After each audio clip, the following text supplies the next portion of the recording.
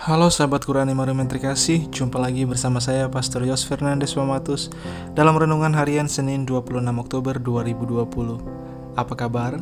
Saya berharap Anda semua dalam keadaan baik, sehat, dan tetap semangat. Bapak Ibu Saudara-saudari yang terkasih, mari kita siapkan hati dan pikiran kita untuk bersama-sama mendengarkan dan merenungkan firman Tuhan. Kita tanda diri kita dengan tanda kemenangan Kristus, dalam nama Bapa dan Putra dan Roh Kudus. Amin. Bacaan pertama hari ini diambil dari surat Rasul Paulus kepada jemaat di Efesus, bab 4 ayat 32 sampai bab 5 ayat 8. Saudara-saudara, hendaklah kalian bersikap ramah seorang terhadap yang lain, penuh kasih sayang dan saling mengampuni, sebagaimana Allah telah mengampuni kalian dalam Kristus. Sebab itu jadilah penurut Allah sebagai anak-anak kesayangan, dan hiduplah dalam kasih sebagaimana Kristus Yesus juga telah mengasihi kalian dan telah menyerahkan dirinya untuk kita sebagai kurban dan persembahan yang harum mewangi bagi Allah. Tetapi percabulan dan rupa-rupa kecemaran atau keserakahan disebut saja pun jangan di antara kalian sebagaimana sepatutnya bagi orang-orang kudus. Demikian juga perkataan yang kotor, yang kosong atau sembrono, karena hal-hal itu tidak pantas. Sebaliknya, ucapkanlah syukur. Ingatlah ini baik-baik. Orang sundal, orang cabul, atau orang serakah, artinya penyembah berhala, semuanya itu tidak mendapat bagian dalam kerajaan Kristus dan Allah.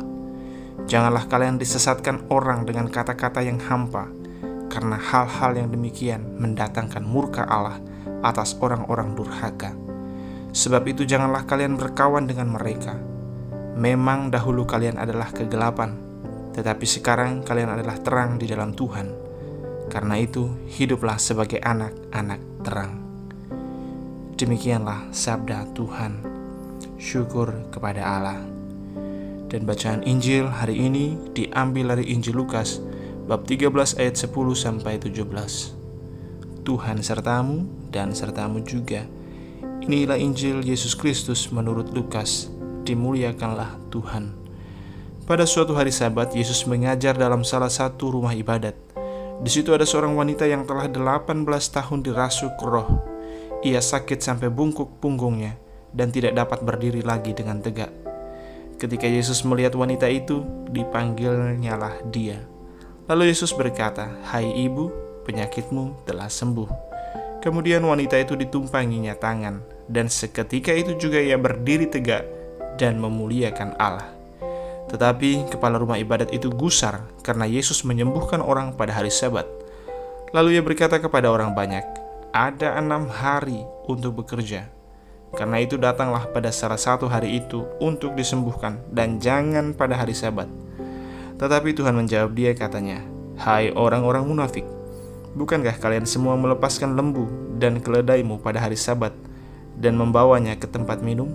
Nah, wanita ini sudah 18 tahun diikat oleh iblis. Bukankah dia harus dilepaskan dari ikatannya itu, karena dia keturunan Abraham?" Waktu Yesus berkata demikian, semua lawannya merasa malu, sedangkan orang banyak bersuka cita karena segala perkara mulia yang telah dilakukannya. Demikianlah Injil Tuhan. Terpujilah Kristus. Saudara-saudari yang terkasih, Santo Paulus dalam suratnya kepada jemaat di Efesus mengingatkan agar para pengikut Kristus, termasuk kita, mesti hidup di dalam kasih dan saling mengampuni satu sama lain, sama seperti Kristus yang telah lebih dahulu mengasihi dan mengampuni kita dari segala dosa dan kesalahan kita. Paulus juga mengingatkan kepada kita untuk menjauhkan diri dari segala percabulan dan keserakahan, juga menjaga bibir kita agar tidak mengucapkan kata-kata yang kotor dan sembrono. Saudara-saudari yang terkasih, tidak jarang bahwa permasalahan yang muncul dalam hidup kita itu dimulai dari kata-kata. Kata-kata yang kotor, kata-kata yang sembrono, yang keluar begitu saja tanpa mempertimbangkan akibat baik dan buruknya. Saudara-saudari yang terkasih, mari kita mulai menjaga bibir kita ketika kita berbicara. Kiranya apa yang keluar dari bibir kita adalah sesuatu yang membawa damai, yang membawa sukacita dan kegembiraan bagi orang yang mendengarnya. Jangan sampai kata-kata yang keluar dari mulut kita justru hanya akan membuat hati orang menjadi panas dan hati orang menjadi benci terhadap kita. Saudara-saudari yang terkasih, mari kita hidup di dalam kasih. Kita diajak untuk hidup sebagai anak-anak terang yang dijiwai oleh kasih Kristus sendiri. Di dalam Injil kita melihat jelas bahwa Yesus adalah pribadi yang penuh kasih. Ia menunjukkan kasihnya kepada wanita yang sudah bertahun-tahun dirasuki oleh roh jahat. Kasihnya itu jauh melampaui segala aturan dan ketentuan yang kadangkala justru membuat orang lain menderita. Ia menyembuhkan wanita itu pada hari Sabat. Yesus tahu bahwa tindakannya itu akan mendapatkan perlawanan dari orang yang begitu teguh berpegang pada hukum Taurat. Namun, melepaskan wanita itu dari penderitaannya adalah lebih penting daripada harus tunduk pada hukum Taurat. Yesus sama sekali tidak menentang hukum Taurat, tetapi Yesus mau mengingatkan bahwa dasar dari setiap hukum adalah kasih. Ketika hukum itu dipisahkan dari semangat kasih, maka yang ada hanya penindasan dan pembelengguan. Yesus tidak ingin membuat wanita itu terbelenggu lebih lama hanya karena ketentuan yang dibuat oleh manusia. Hukum dibuat untuk manusia, bukan anak manusia untuk hukum.